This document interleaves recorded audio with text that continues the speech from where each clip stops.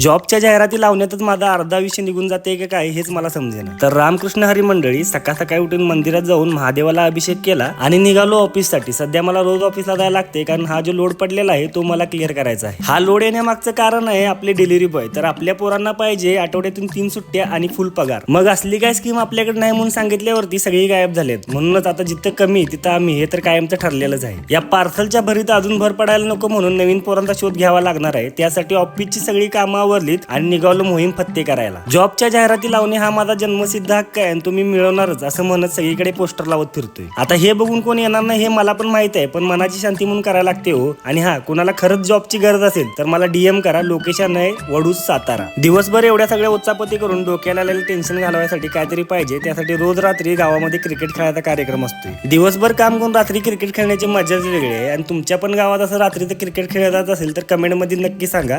आणि व्हिडिओ जरा जरी